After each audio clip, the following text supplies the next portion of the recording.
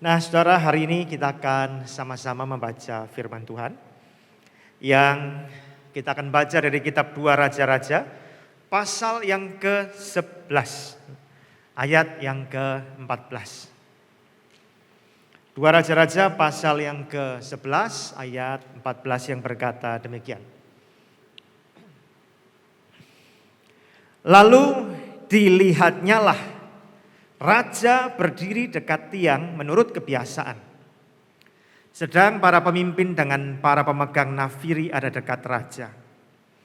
Dan seluruh rakyat negeri bersukaria sambil meniup nafiri.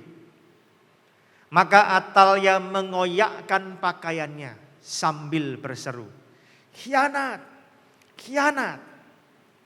Demikian firman Tuhan. Saudara, ini kisah tentang seorang ratu kerajaan Yehuda yang bernama Atalia. Siapakah Atalia? Atalia ini adalah menantu Raja Yosafat yang adalah raja kerajaan Yehuda. Atalia ini menantunya dinikahkan dengan Yoram, sang putra mahkota, putra dari Raja Yosafat, raja kerajaan negeri Yehuda. Atalia ini sebetulnya adalah anak Raja Ahab, anak dari negeri tetangganya, yaitu kerajaan Israel.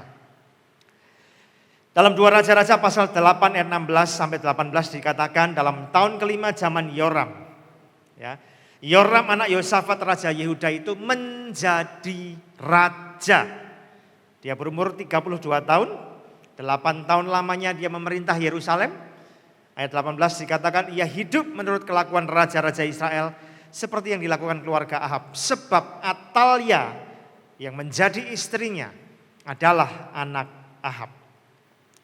Dalam 2 Raja-Raja 8 ayat 25 sampai 26 dikatakan begini.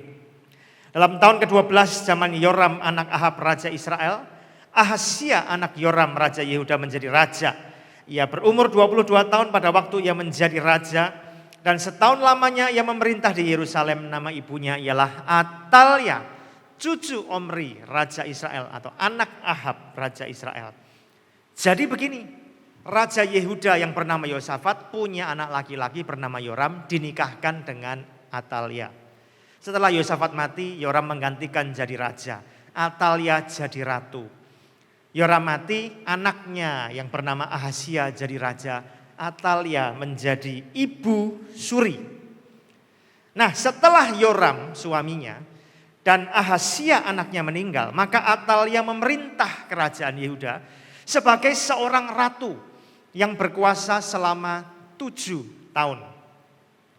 Lalu pada tahun yang ke-7, Alkitab menunjukkan seorang imam yang bernama Imam Yoyada mentahbiskan seorang raja menggantikan Atalia tanpa sepengetahuannya.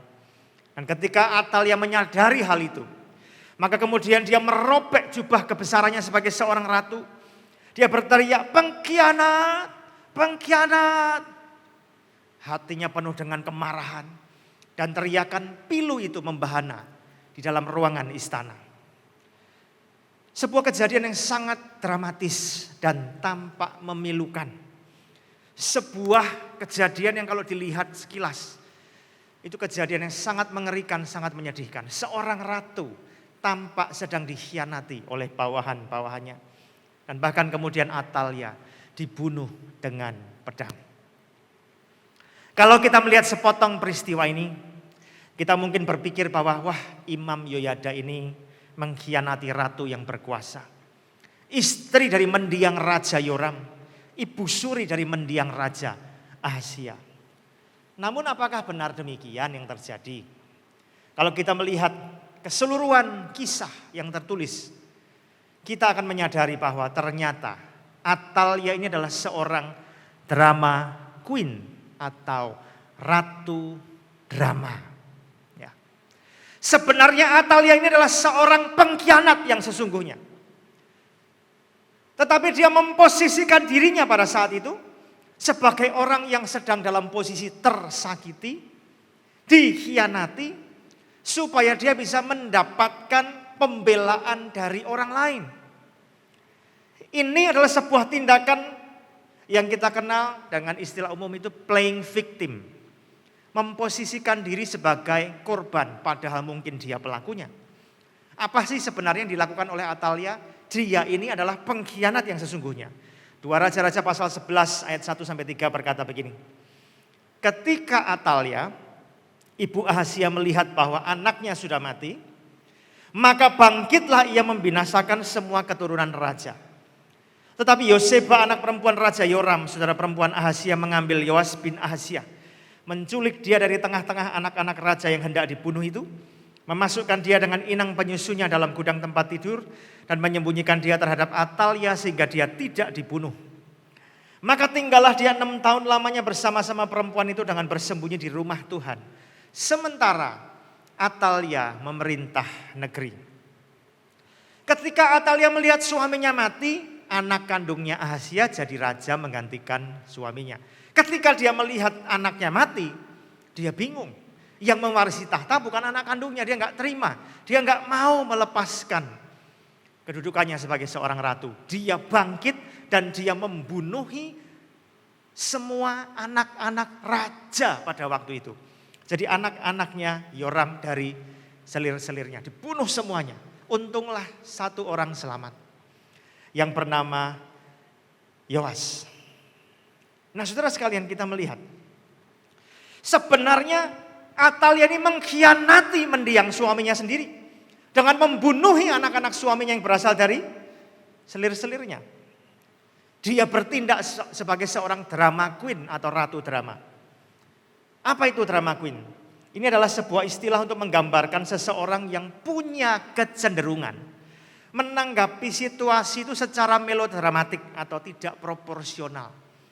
Jadi ketika dia menanggapi segala sesuatu itu seakan-akan ditanggapi dengan berlebihan, kira-kira seperti itu. Ratu drama ini adalah orang-orang yang umumnya menikmati sebuah kehidupan seperti di dalam drama. Entah mereka mengakuinya atau tidak. Mereka punya kecenderungan untuk melebih-lebihkan hampir semua hal. Mulai dari perkataannya, tindakannya, masalah yang sedang mereka hadapi, maupun orang-orang lain yang ada di sekitar mereka.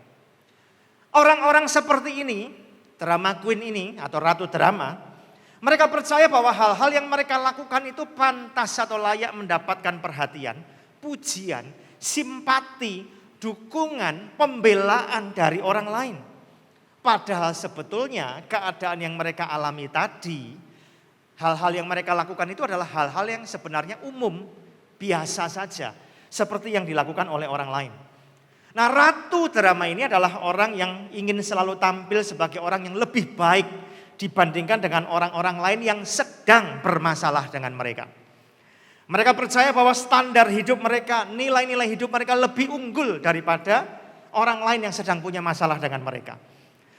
Kalau mereka ketemu dengan orang yang punya pendapat yang berbeda, nggak setuju dengan apa yang mereka lakukan, disingkirkan, diabaikan, dipandang rendah.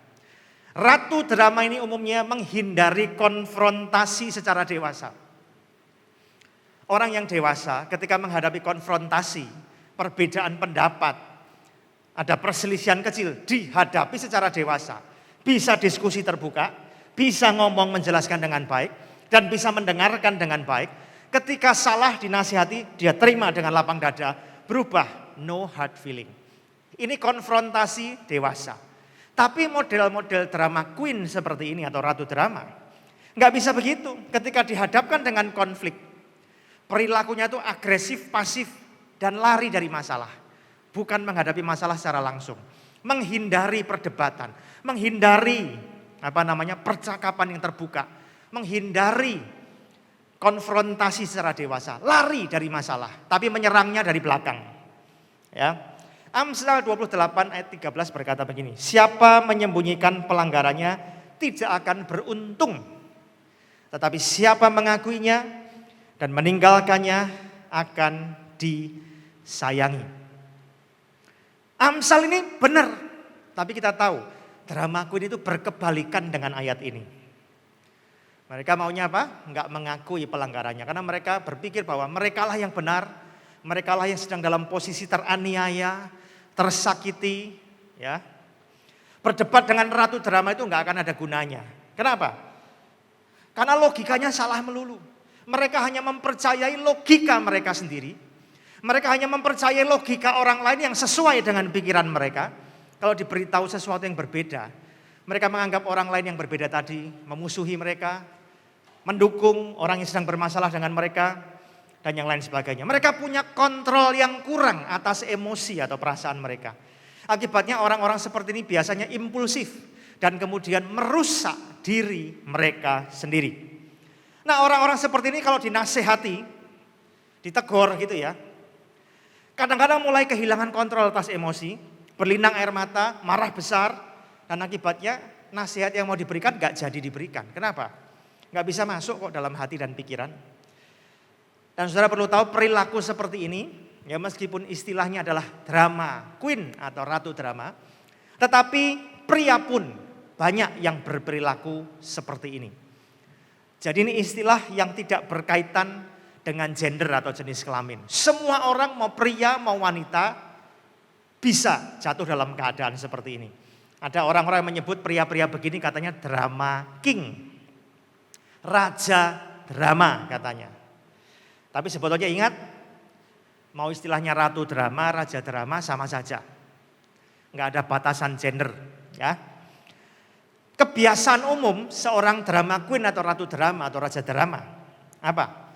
Mereka mengeluh tentang apa saja. Ngeluh tentang jalan hidupnya, kehidupannya, pekerjaannya, pasangannya, temennya, ngeluh tentang cuaca, tentang mantan, tentang orang tua, tentang hewan peliharaan, penghasilan, kesehatan. Pada dasarnya mereka mengeluhkan semua hal. Kurang inilah, kurang itulah. Jadi ini kebiasaan umumnya mereka. Yang kedua, mereka suka bergosip. Kalau dengar sebuah peristiwa kecil, sekalipun ya, langsung pengen jadi orang yang pertama membicarakannya. Orang-orang begini umumnya bereaksi berlebihan terhadap hal-hal yang umum. Misalnya sekarang lihat orang bersin, wah jangan-jangan itu kena COVID ya. Langsung memulai sebuah cerita dan menyebarkan cerita itu dari dalam radius 5 km. Cepat sekali nyebarnya. Ya kan? Kalau misalnya ada orang yang berbeda pendapat atau menyinggung, langsung menghela nafas secara dramatis ya. Terus kemudian diblok di media sosial. Perilakunya berlebihan, ya. Diabaikan selama setahun penuh atau dalam beberapa kasus diabaikan dalam waktu bertahun-tahun. Blok. Wah. Biasanya orang-orang drama queen ini cenderung berselisih karena hal-hal yang kecil. Satu atau dua hal yang kecil. Kalau nggak ada hal yang menarik yang terjadi, nggak ada lagi masalah dengan orang yang lain, maka mereka akan mulai mencari pusat kesalahan. Bisa pada orang tuanya, bisa pada istrinya atau suaminya, pasangannya, atau orang-orang yang dekat. Pertama-tama mereka akan mulai membuat daftar kesalahan orang-orang itu di dalam hati mereka. Ya kan? Semua kekurangan orang itu diingat-ingat. Terus kemudian mereka meningkatkan atau memperlama pertengkaran dengan orang-orang itu. Inilah gejala-gejala umum orang yang jadi drama queen. Orang-orang seperti ini mencintai habis-habisan atau memusuhi habis-habisan. Kalau mereka ketemu dengan orang yang cocok dengan pendapat mereka, mengatakan hal-hal yang menyenangkan hati mereka, maka mereka bisa cocok sekali, baik sekali dengan orang-orang ini.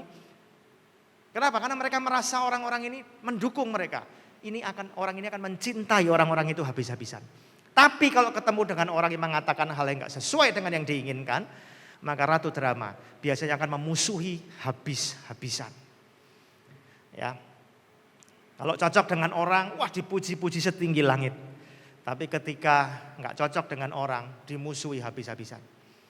Orang-orang seperti ini umumnya haus akan perhatian. Mereka menikmati situasi saat mereka jadi pusat perhatian. Menerima simpati dari orang lain, pernyataan-pernyataan yang membela mereka, yang tampak mendukung mereka.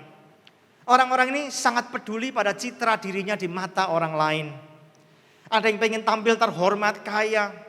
Ada yang pengen tampil berpendidikan. Tapi juga ada orang-orang begini yang suka berpenampilan provokatif. Misalnya mengenakan baju yang seksi-seksi untuk menarik perhatian orang lain dan sebagainya. Nah saudara, biasanya dia akan dekat, dia mau dekat kepada orang-orang yang setuju dengan pemikirannya. atau menuruti keinginannya. Dan orang-orang seperti ini biasanya sulit mengakui kesalahan. Kalau dibahas kesalahannya, segera cari pembenaran diri, mudah tersinggung, terus kembali lagi memposisikan diri sebagai orang yang teraniaya. Ingat, Ratu Drama sangat peduli pada citra diri selalu baik dan benar. Kalau salah, dia cari pembenaran dan alasan untuk membenarkan perbuatannya. Inilah Ratu Drama. Raja Daud enggak begitu. Kita lihat ya 2 Samuel 12 ayat 13. Lalu berkatalah Daud kepada Nathan, aku sudah berdosa kepada Tuhan. Ketika Daud ditegur, dia enggak mau jadi Ratu Drama atau Raja Drama. Dia mengakui dosa-dosanya. Dia mengakui kesalahannya. Nah saudara, setelah kita melihat tadi, apa yang harus kita pikirkan? Pertanyaannya begini, apakah kita pernah berada dalam situasi seperti itu? Tanpa kita sadari, kita menjadi ratu atau raja drama. Mungkin kita enggak setiap waktu seperti itu, mungkin cuma sesekali saja. Tapi ada orang yang setiap saat begitu. Saudara, dapatkah kita sungguh-sungguh berubah? Bertumbuh sebagai seorang murid Kristus? Kalau kita terus menjadi drama queen atau ratu drama, jelas kita nggak bisa bertumbuh jadi seorang murid Kristus.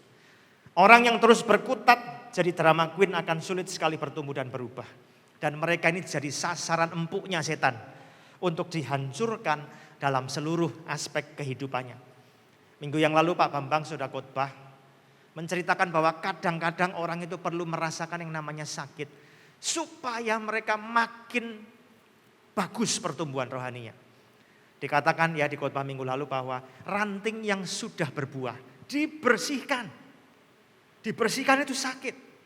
Supaya menghasilkan lebih banyak buah. Artinya apa? Kadang-kadang orang itu harus mengalami ya, campur tangan Tuhan sedemikian rupa. Agar meskipun mereka sudah percaya kepada Tuhan Yesus, dimurnikan hatinya, tetap hidupnya harus diubah. Berubah itu memang tidak menyenangkan, itu menyakitkan.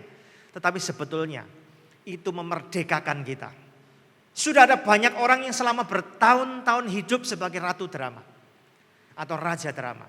Semoga ketika mendengarkan renungan firman Tuhan ini bisa memerdekakan hatinya, memerdekakan hidupnya dari keadaan yang salah itu. Bagaimana? Ya kita melihat akibat kalau orang itu terus berkutat jadi drama queen. Akibatnya apa? Satu, akan menipu dirinya sendiri. Dia sedang menipu dirinya sendiri. Coba lihat Atalia tadi sang ratu. Dia berteriak, pengkhianat, pengkhianat. Ia merasa dikhianati. Benarkah demikian? Justru dialah pengkhianat yang sesungguhnya. Dia merasa dirinya benar. Dia merasa ya dia adalah pihak yang tersakiti.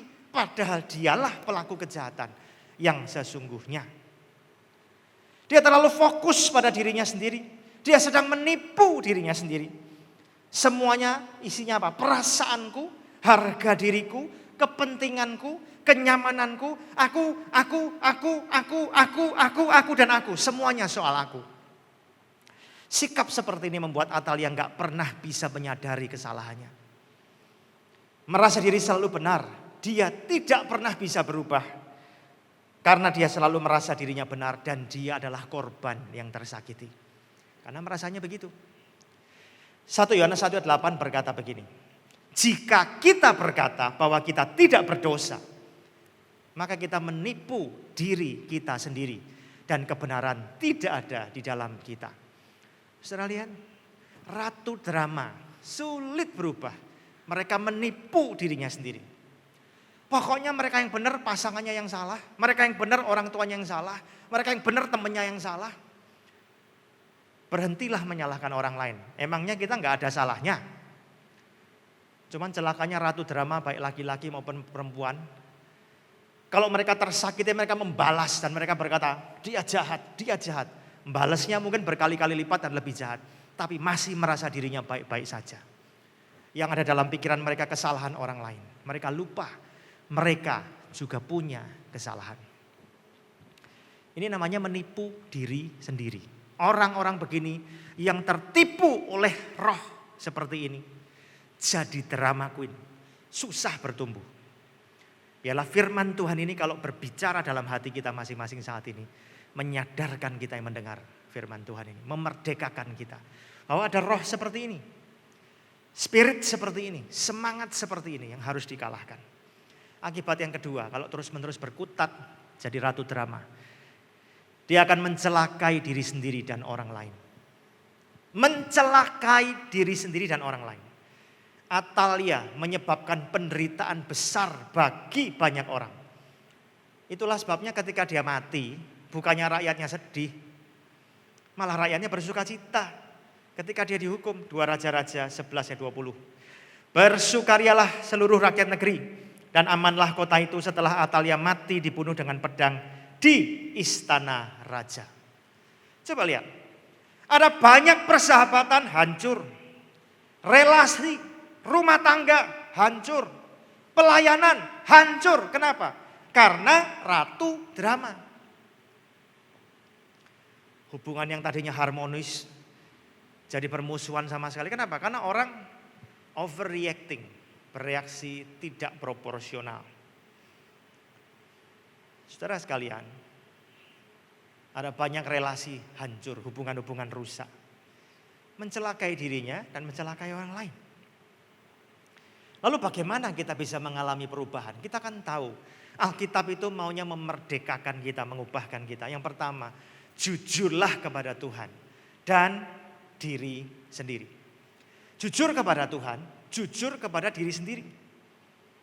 Tuhan itu kenal kita lebih dari siapapun. Bahkan dia mengenal kita lebih dari diri kita sendiri mengenal diri kita. Tuhan itu tahu siapa kita. Sepandai apapun kita berusaha menampilkan siapa diri kita, Tuhan tahu. Ya kan? Ada banyak orang itu hidupnya pakai topeng. Mereka ingin dikenal sebagai orang dengan kepribadian tertentu. Padahal aslinya enggak begitu. Manusia bisa tertipu, tetapi Tuhan gak bisa ditipu. Saudara sekalian, jujur kepada Tuhan dan kepada diri sendiri.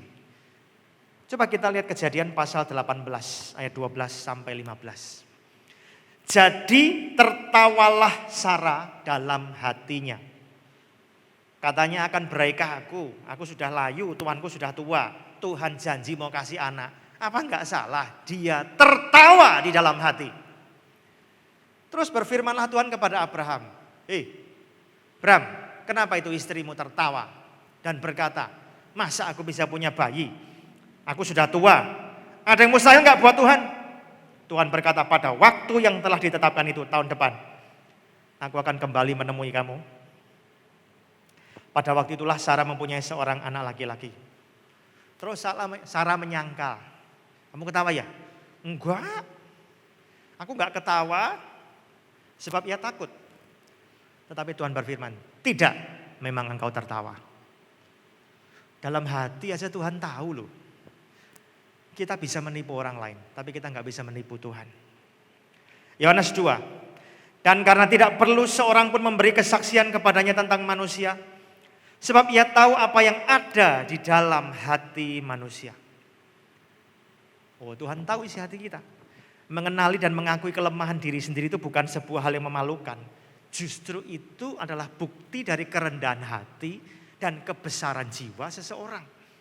Kalau kita memang pernah jatuh atau sedang berada dalam keadaan jadi ratu drama, mau kita ini laki-laki, mau kita ini perempuan, kita harus mengakui keadaan kita. Banyak orang tidak bisa dipulihkan hidupnya bukan karena Tuhan gak sanggup pulihkan mereka, tapi karena mereka sedang dikuasai roh, spirit, semangat. Jadi ratu drama. Memposisikan dirinya pokoknya udah bener, gak salah. Pokoknya aku ini korban, pokoknya aku ini tersakiti dan yang lain sebagainya. Nah, orang-orang semacam ini susah berubah. Maka kalau mereka ingin berubah harus jujur pada Tuhan. Jujur pada diri sendiri. Agar bisa dipulihkan. Yang kedua, alami metanoia. Apa itu metanoia? Metanoia itu bertobat. Kata bertobat Itu salah satunya pakai kata Yunani metanoia. Artinya perubahan perspektif. Perubahan pola pikir, akal budi, perubahan hati, dan cara hidup ke arah yang lebih baik. Apa yang dipikir tadi benar, sekarang kita tahu itu salah. Coba bayangkan seandainya Atalia mengalami metanoia. Dia harusnya ketika melihat peristiwa itu dia sadar. Dia berkaca bahwa mungkin dia juga sedang menderita. Mungkin dia susah ketika lihat suaminya mati, ketika dia lihat anaknya mati, yang menggantikan raja nanti haruslah dari anaknya selir. Mungkin dia memang sedang mengalami hidup yang susah. Tetapi kalau seandainya Atalia sadar dia sudah berdosa, dia salah di hadapan Tuhan, terus dia berubah. Dia nggak akan melakukan tindakan-tindakan keji. Dia nggak akan mengakhiri hidupnya dengan cara yang menyakitkan. Saudara, perubahan pikiran itu penting. Celakanya drama queen, mau laki-laki mau perempuan orangnya. Kalau sudah berpikir mereka itu korban, mereka itu benar dan orang lain selalu salah. Susah sekali diluruskan. Maka orang-orang seperti ini harus mau mengalami perubahan hidup. Caranya bagaimana? Dengerin firman Tuhan dengan sungguh-sungguh. Berhenti fokus pada diri sendiri. Emangnya kita nggak pernah salah? Kita selalu salahkan orang lain. Dia yang salah maka aku begini. Aku bisa begini tuh gara-gara dia. Aku begini gara-gara dia. Aku begini gara-gara dia. Kalau orang begini terus nggak berubah-berubah. Keputusan arah perubahan hidup itu ada di tangan orang itu sendiri. Mau jadi lebih baik atau sebaliknya. Kita lihat Paulus, seorang rasul yang mengalami proses metanoia. Perubahan pikiran yang luar biasa. Awalnya dia berpusat pada dirinya sendiri. Ketika dia dalam perjalanan ke Damsyik, dia ketemu Tuhan di situ, dia berubah.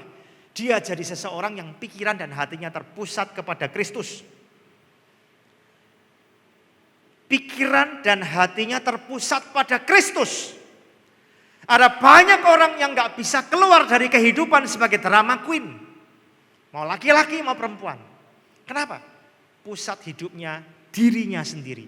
Aku, perasaanku, hakku, kemerdekaanku, kenyamananku, harga diriku. Nah, kalau semuanya aku ya gitu. Sulit berubah. Metanoia yang dialami Paulus itu tercermin dari hidupnya, pengajarannya, pelayanannya. Coba lihat kitab Galatia 2:20.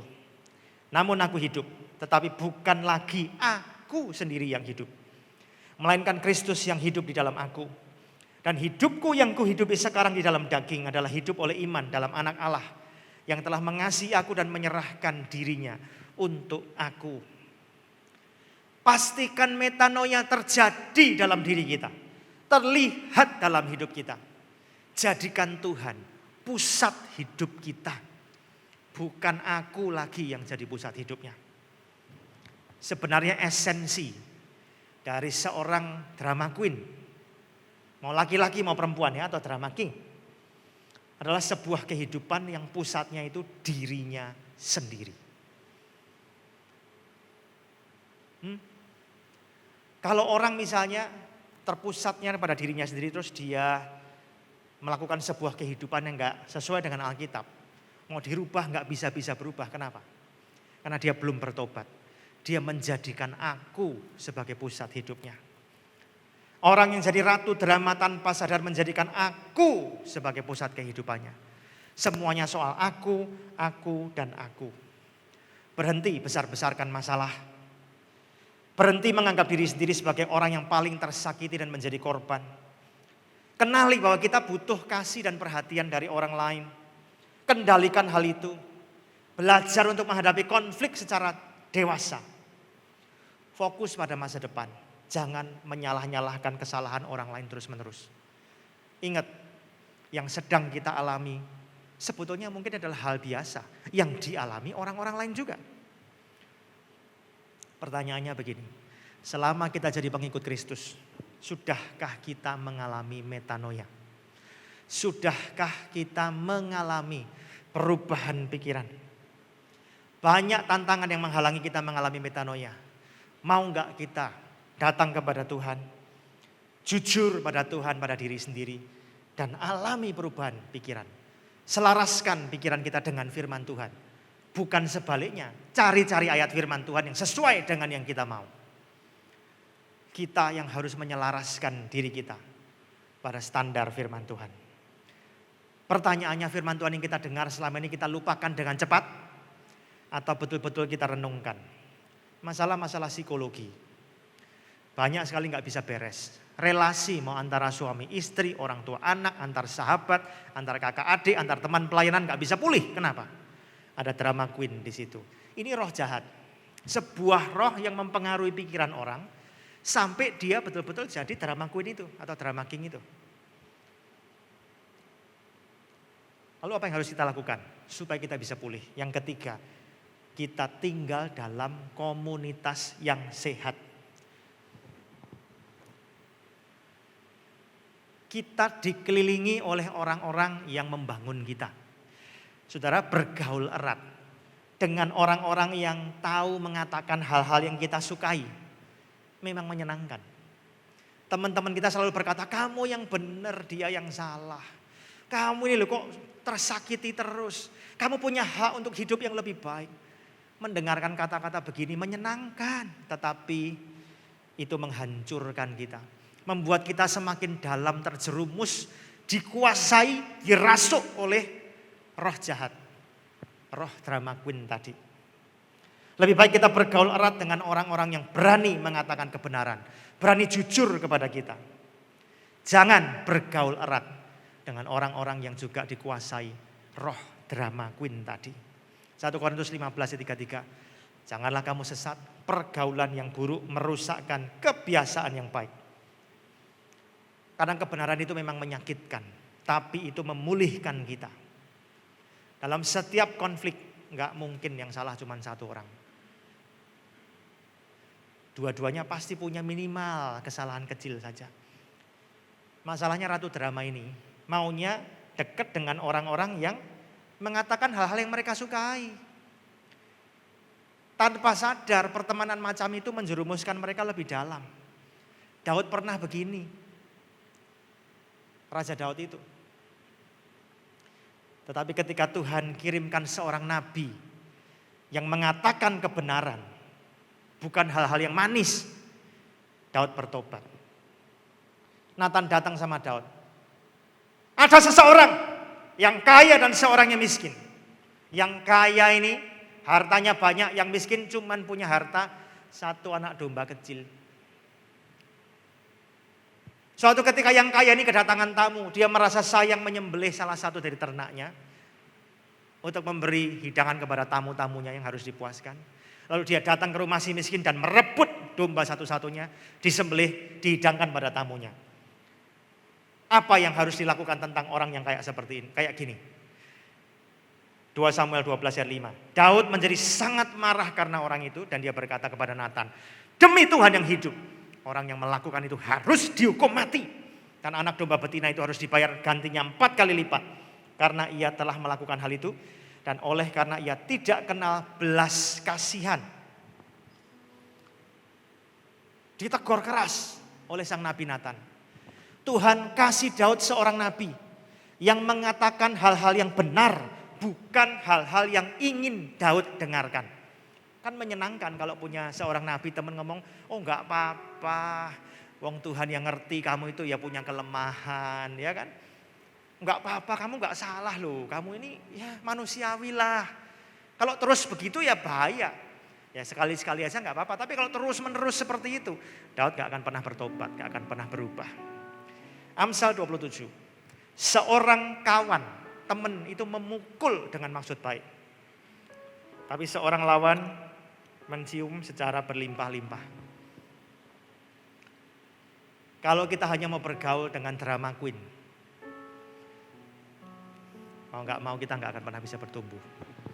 Jadi saudara sekalian, ada banyak masalah hidup manusia nggak selesai-selesai. Ada banyak hubungan rusak tidak bisa pulih. Kenapa? Karena manusia itu dikuasai roh jahat yang membuat mereka jadi drama queen. Tuhan mau merdekakan kita. Jujur pada Tuhan. Jujur pada diri sendiri. Alami metanoia. Firman Tuhan itu bukan begini. Wah, seandainya dia dengerin ya, dia gak akan memperlakukan aku seperti ini. Saudara, firman Tuhan itu buat kita. Alami metanoia, perubahan pikir. Berhenti berpikir kita tuh korban terus-menerus. Berhenti besar-besarkan masalah. Berhenti menganggap diri sebagai orang yang paling tersakiti. Kita ya harus ingat, kita mungkin juga peranan menyakiti pasangan kita.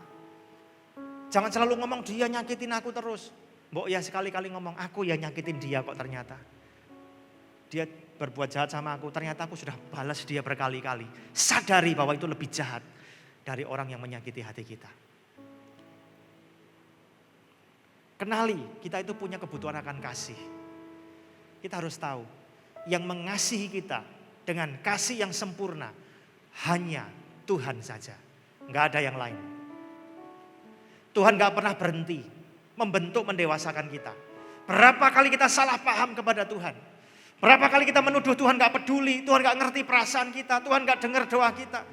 Berapa kali ketika kita berdoa, doanya egois. Tuhan dia kok jahat sama aku, dia kok begini, dia kok begitu. Yang disalahkan orang lain terus. Kita lupa bahwa kadang-kadang kita justru melakukan kesalahan yang lebih berat. Banyak loh rumah tangga gak pulih gara-gara roh jahat ini. Yang menguasai orang-orang, yang membuat mereka jadi drama queen. Mau laki-laki, mau perempuan, sama saja. Ayo jujur pada diri sendiri. Jangan-jangan kita pernah begini. Jangan-jangan kita pernah dikuasai roh jahat seperti ini. Firman Tuhan harus memerdekakan kita. Jujur dulu. Ingat mengakui keadaan kita. Itu merupakan sebuah tanda kebesaran jiwa dan kerendahan hati. Alami metanoia. Firman ini mungkin perlu didengar berulang-ulang. Agar kita bisa tahu apakah kita sedang dalam keadaan seperti ini. Tinggal dalam komunitas yang sehat. Punya teman-teman yang berani mengatakan kesalahan kita. Yang berani mengatakan dengan jujur dan terbuka bagian yang salah dari diri kita. Bukan teman yang selalu mengatakan hal-hal yang menyenangkan telinga kita. Ayo buka hati buat Tuhan. Kita punya Tuhan yang hebat. Apapun keadaan kita hari ini, Tuhan mau pulihkan kita. Kalau Anda orangnya yang sedang dikuasai roh seperti ini, ketika Anda mendengarkan firman Tuhan ini, buka hatimu agar Anda bisa mengalami pemulihan dari Tuhan. Dan jika Anda sedang tahu ada orang-orang yang sedang dikuasai roh jahat ini, doakan mereka agar mereka sadar. Saya sarankan mungkin renungan ini didengar berulang kali agar kita bisa lebih paham. Ayo kita buka hati.